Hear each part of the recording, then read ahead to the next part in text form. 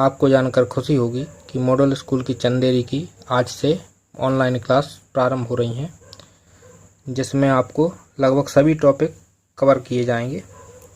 कक्षा 12 का पहली यूनिट है संबंध एवं फलन, रिलेशन एंड फंक्शन। तो रिलेशन के बारे में हम कक्षा 11 में भी पढ़ चुके हैं।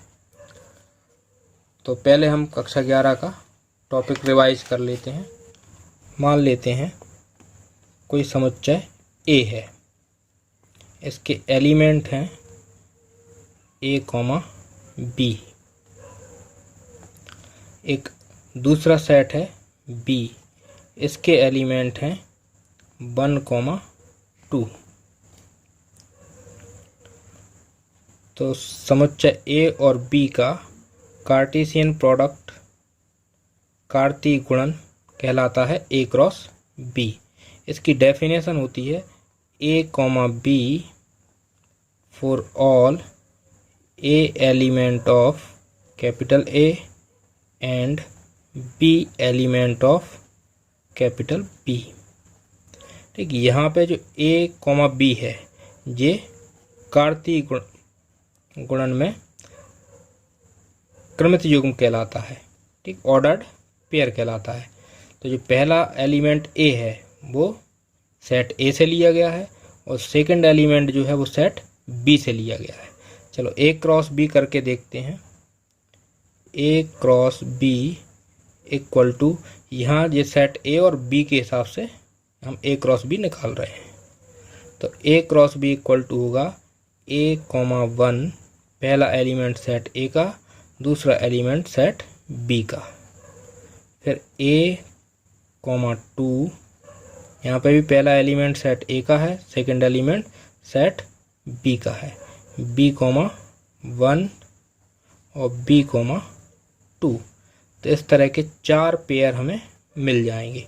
ये कहलाता है क्रमित युग्म। ये जो पेयर हैं ये कहलाएंगे क्रमित युग्म और ये कहलाता है कार्टेशियन प्रोडक्ट कार्तीय गुणन। अब रिलेशन के बारे में पढ़ते हैं। तो रिलेशन को हम आर से दर्शाते हैं। R is a subset of A cross B. Relation जो है ए क्रॉस बी का कोई उपसमुच्चय होता है। ए क्रॉस बी के कई उपसमुच्चय हो सकते हैं। इनमें से एक उपसमुच्चय होता है फाई। और जब r इक्वल टू 5 हो तो इसको हम कहते हैं रिक्त समुच्चय या एम्प्टी रिलेशन। और दूसरा इसका स्पेशल टाइप है कि r equal to A cross B, जब r में पूरा ए क्रॉस बी लिया गया हो। एक सबसेट होगा ए क्रॉस बी, पूरा ये 4 एलिमेंट हैं, चारों के चारों आएंगे उसमें। तो ये जो है ये कहलाएगा सार्वत्रिक रिलेशन या यूनिवर्सल रिलेशन। चलो इनके बारे में हम पढ़ लेते हैं। पहली डेफिनेशन है रिक्त संबंध या शून्य संबंध। ठीक, एम्प्टी रिलेशन या वॉइड रिलेशन। इसमें समुच्चय ए से बी पर परिभाषित संबंध आर रिक्त समुच्चय कहलाता है यदि कोई ए का कोई भी अवयव बी के किसी भी अवयव से संबंधित नहीं है। मतलब ए और बी के एलिमेंट में कोई भी रिलेशन नहीं है। मतलब आर इक्वल टू कितना हो गया 5 और ये सबसेट होगा ए क्रॉस बी का। ए क्रॉस बी का सबसेट 5 होता है। दूसरा है सार्वत्रिक रिलेशन। समुच्चय ए से बी पर परिभाषित संबंध आर एक सार्वत्रिक रिलेशन कहलाता है यदि ए का प्रत्येक अवयव बी के सभी अवयवों से संबंधित होता है। अर्थात R equal to A cross B. सार्वत्रिक संबंध या यूनिवर्सल रिलेशन इसे हम कहते हैं जब आर ए क्रॉस बी के इक्वल हो जाता है। इसका थर्ड टाइप है इकाई संबंध। समुच्चय ए पर परिभाषित संबंध आर इकाई संबंध कहलाता है यदि R equal to A comma B such that A comma B element of A and A equal to B. ठीक, ये इकाई संबंध में क्या होता है कि जो भी एलिमेंट हैं उसमें एक इक्वल टू बी की ये रिलेशन भी होना चाहिए। जैसे यहाँ पे अगर हम देखें तो इकाई संबंध में इस तरह के एलिमेंट आते हैं। जैसे इकाई संबंध हमेशा एक सेट पे होगा कोई भी, जैसे ए पे ले लिया तो ए पे ए कॉमा ए,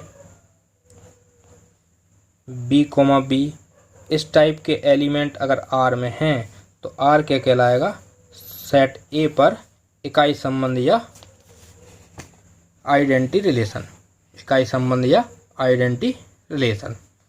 अब इसके कुछ पॉइंट, इंपॉर्टेंट पॉइंट है वो हम नोट कर लेंगे। पहला है रिक्त संबंध एवं सार्वत्रिक संबंध को नगण्य या तुच्छ संबंध भी कहते हैं।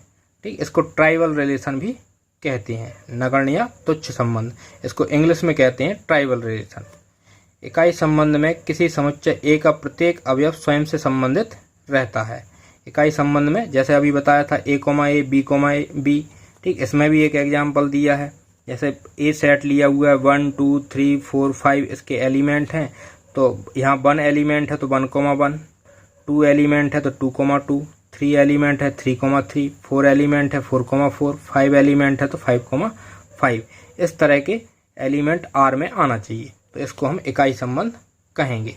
ठीक, थर्ड पॉइंट जो इन्होंने दिया है, यदि A comma B element of R, तो हम कह सकते हैं कि ए बी से आर द्वारा संबंधित है। इसे हम ए रिलेटेड टू बी द्वारा दर्शाते हैं। ठीक, ए का रिलेशन बी से है तो हम ये ए कोमा बी अगर आर का एलिमेंट है तो हम ये कह सकते हैं कि ए का बी से रिलेशन है, उस रिलेशन का नाम है R. A related to B by relation R, तो इसको हम पढ़ेंगे A related to B by R. अब जिस तरह से हमने कहा था कि R subset of A cross B, इसी तरह से कोई रिलेशन आर यदि सबसेट है ए क्रॉस ए का, ए क्रॉस ए का कोई सबसेट है, तो इसे हम कहते हैं बाइनरी रिलेशन। इसको हम देखते हैं, द्विचर या द्विआधारी संबंध या बाइनरी रिलेशन। यदि समुच्चय ए पर परिभाषित संबंध आर परिभाषित हो तो ए के किन्हीं दो अवयवों के बीच संबंध आर को द्विचर या द्विआधारी संबंध कहते हैं। मतलब एक आर जो है ए क्रॉस ए का सबसेट है, तो उसको हम द्विआधारी संबंध कहते हैं। अब द्विआधारी संबंध के कुछ टाइप दिए गए हैं, वो अपन देख लेते हैं। चलो, बाइनरी रिलेशन का पहला टाइप है स्वतुल्य संबंध या रिफ्लेक्सिव रिलेशन। ठीक, ये जितने भी रिलेशन हैं ये किस पे होंगे, यदि आर जो रिलेशन है वो ए क्रॉस ए का सबसेट है तो उसके टाइप हैं ये। पहला टाइप है स्वतुल्य संबंध या रिफ्लेक्सिव रिलेशन। जब समुच्चय ए पर संबंध आर इस प्रकार परिभाषित हो कि ए का प्रत्येक अवयव स्वयं से आर द्वारा संबंधित हो, तो तब आर को स्वतुल्य संबंध कहते हैं। जैसे A related to A by R for all A element of A, मतलब ए के सभी अवयवों के लिए ए कोमा ए यहाँ पर दिया हुआ है। ठीक, A comma A element of R for all A element of A, मतलब ए के जितने भी एलिमेंट है उसके लिए ए कोमा ए आर में होना चाहिए, तो इसको हम स्वतुल्य संबंध या रिफ्लेक्सिव रिलेशन कहेंगे।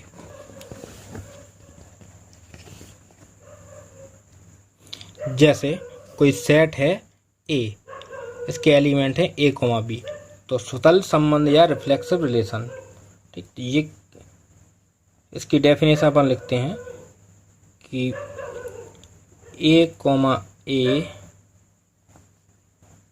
Element of R for all A element of A, ये इसकी डेफिनेशन थी। ठीक, अब इसका मतलब अगर सेट ए कोमा बी है तो आर जो है R equal to A comma A B comma B. First element A के लिए ए एलिमेंट है तो ए कोमा ए आना चाहिए। इसी टाइप से अगर यहाँ एलिमेंट बी है, बी अगर ए का एलिमेंट है तो बी कोमा बी आर का एलिमेंट होना चाहिए। तो यहाँ पे ए है तो आर में ए कोमा ए एलिमेंट होना चाहिए। ए में बी एलिमेंट है तो आर में बी कोमा बी एलिमेंट होना चाहिए। ठीक, ये दो एलिमेंट होना कंपलसरी है। इसके अलावा और कोई एलिमेंट है तो वो हो सकते हैं। और एलिमेंट कहाँ से आएंगे, ए क्रॉस ए जो होगा उसमें से अन्य एलिमेंट भी आएंगे। ठीक, इसमें से ये दो एलिमेंट तो ले लिए, इसके अलावा भी ले सकते हैं ए कोमा बी। ठीक, लेकिन ये कंपलसरी नहीं है। कंपलसरी कौन से हैं? केवल ये 2 एलिमेंट होना कंपलसरी हैं। तो यहाँ आर में ए में जितने एलिमेंट होंगे उनको डबल होके आर में आना जरूरी है। तो इनको हम स्वतुल्य संबंध या रिफ्लेक्सिव रिलेशन कहेंगे। अगला टाइप है सममित संबंध या सिमेट्रिक रिलेशन। यदि A comma B element of R के लिए B comma A element of R ये होना चाहिए। अगर इस तरह के एलिमेंट अगर आर में हैं तो इसको हम सममित संबंध या सिमेट्रिक रिलेशन कहेंगे। पहले डेफिनेशन देख लेते हैं। A comma B element of R के लिए B comma A element of R, इसी को हम इस तरह से भी लिख सकते हैं। A comma B element of R implies that b comma A element of R. ठीक, इसका अर्थ ये है कि यदि आर में ए कॉमा बी टाइप का कोई एलिमेंट आया है तो उसको पलट कर भी उसमें बी कॉमा ए टाइप का एलिमेंट भी उसमें आना चाहिए। अगर इस तरह का रिलेशन आर है तो इस रिलेशन को हम सममित संबंध या सिमेट्रिक रिलेशन कहेंगे। अब यहाँ पे ध्यान देने वाली बात यह है कि स्वतुल्य संबंध को अगर हमें चेक करना है तो इसके लिए हमें सेट ए को देखना पड़ेगा कि सेट ए में जो एलिमेंट है वो डबल होके आर में आना चाहिए, तो ये स्वतुल्य संबंध है। यह सममित रिलेशन के लिए हमें सेट संबंध आर को ही देखना पड़ेगा कि संबंध आर में जो एलिमेंट आए हैं वो पलट के आना चाहिए, तो इसको हम सममित संबंध कहेंगे। इसका थर्ड टाइप है संक्रामक संबंध या ट्रांजिटिव रिलेशन। ट्रांजिटिव रिलेशन में ये कह रहे हैं कि A comma B element of R तथा B comma C element of R implies that A comma C element of R transitive संबंध कहलाता है या संक्रामक रिलेशन कहलाता है। संक्रामक रिलेशन में देखते हैं A comma B element of R, अगर ए कॉमा बी टाइप का एलिमेंट आर में है तब B comma C element of R, अगर ये 2 टाइप के एलिमेंट इसमें हैं तो ए कॉमा सी एलिमेंट इसमें होना चाहिए। मतलब ए का रिलेशन बी से है, बी का रिलेशन सी से है, तो ए का रिलेशन सी से होना चाहिए। चलो इसका एग्जाम्पल देख लेते हैं। एक कोई रिलेशन आर है, इसमें मान लेते हैं 1 का रिलेशन 2 से है और 2 का रिलेशन 3 से है। तो इस रिलेशन में 1 का रिलेशन 3 से होना चाहिए। 1 का रिलेशन अगर 3 से है तो इसको हम ट्रांजिटिव रिलेशन कहेंगे। अगर इस तरह का रिलेशन नहीं है तो इसको हम ट्रांजिटिव रिलेशन नहीं कह सकते हैं। अगला है तुल्यता संबंध, इक्विवेलेंस रिलेशन। यदि कोई रिलेशन स्वतुल्य है, रिफ्लेक्सिव है, सममित या ट्रांजिटिव है, एसिमेट्रिक है और संक्रामक या ट्रांजिटिव है, मतलब जो तीनों टाइप अपन ने पढ़े हैं वो तीनों प्रॉपर्टीज अगर किसी एक रिलेशन में हैं तो उस रिलेशन को हम तुल्यता संबंध या इक्विवेलेंट रिलेशन कहते हैं। मतलब जो रिलेशन स्वतुल्य भी है, सममित भी है और संक्रामक भी है, ये तीनों प्रॉपर्टी जिस रिलेशन में हैं उसको हम तुल्यता संबंध या इक्विवेलेंस रिलेशन कहते हैं। हर यूनिट के लास्ट में इम्पोर्टेंट पॉइंट स्मरणीय बिंदु दिए हुए हैं, इनको हमें पढ़ना है क्योंकि इनके ऊपर ऑब्जेक्टिव बनते हैं। जैसे और जो हम पढ़ रहे हैं वो उसी का समराइज करके लास्ट में दिया रहता है। जैसे पहला दिया हुआ है, किसी समुच्चय ए में संबंध आर ए क्रॉस बी का एक सबसेट या उपसमुच्चय होता है। मतलब R is a subset of A cross A का उपसमुच्चय आर होता है। एम अवयवों के समुच्चय से एन अवयवों के समुच्चयों में कुल संबंधों की संख्या 2 की पावर m इंटू n है। चलो इसको मैं समझा दूंगा। किसी समुच्चय ए में फाई सबसे छोटा और ए क्रॉस ए सबसे बड़ा संबंध होता है। फाई एम्प्टी रिलेशन है ये, और ए क्रॉस ए सबसे बड़ा संबंध है, मतलब ये यूनिवर्सल रिलेशन है, ये हम पढ़ चुके हैं अभी। पहला इसके बाद रिक्त संबंध, तो रिक्त संबंध r इक्वल टू फाई होता है। सार्वत्रिक संबंध r equal to A cross B होता है। ठीक, इसके बाद दिया इकाई संबंध r equal to A comma B such that A comma B element of A और ए इक्वल टू बी। तो इकाई संबंध और स्वतुल्य संबंध में लोग कंफ्यूज रहते हैं। इकाई संबंध में क्या होता है कि जैसे कोई इकाई संबंध है तो सेट ए मान लेते हैं जी, सेट ए में 2 एलिमेंट हैं ए कॉमा बी। तो इकाई संबंध अगर है तो इसको अपन आई आर से दर्शाएंगे और इसमें एलिमेंट जो होंगे वो ए कॉमा ए और बी कॉमा बी, क्योंकि इसमें जो है ए इक्वल टू बी की प्रॉपर्टी ये कह रहे हैं कि फर्स्ट जो एलिमेंट है ordered pair A comma B का, जो ए कॉमा बी में फर्स्ट एलिमेंट ए और सेकंड एलिमेंट बी ये आपस में इक्वल होना चाहिए। ये इक्वल होना चाहिए तो यहाँ पे जो है इस तरह के एलिमेंट आएंगे। अगर हम पहला एलिमेंट ए लेंगे तो दूसरा भी ए लेना पड़ेगा क्योंकि इक्वल वाले लेना है।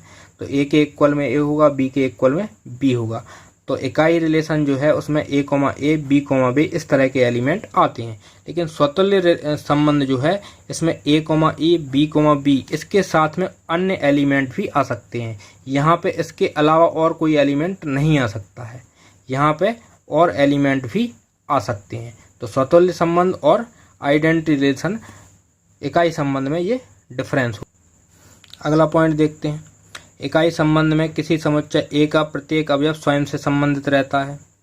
वो अभी बताए, ए का रिलेशन ए से होगा, बी का रिलेशन बी से होगा।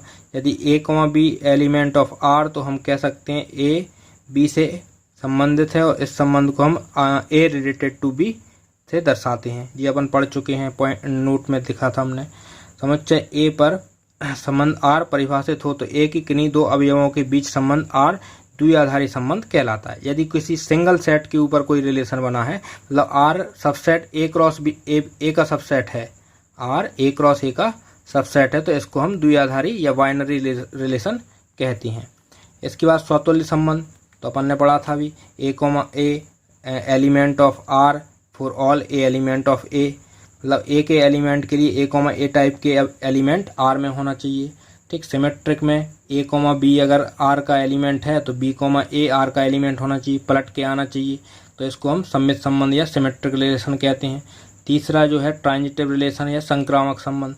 तो ए कॉमा बी और बी कॉमा सी अगर आर के एलिमेंट हैं तो ए कॉमा सी आर का एलिमेंट होना चाहिए, मतलब फर्स्ट का रिलेशन सेकेंड एलिमेंट से है, सेकेंड एलिमेंट का थर्ड एलिमेंट का से है, तो फर्स्ट एलिमेंट का रिलेशन थर्ड एलिमेंट से होना चाहिए। तो इसको हम ट्रांजिटिव रिलेशन कहते हैं।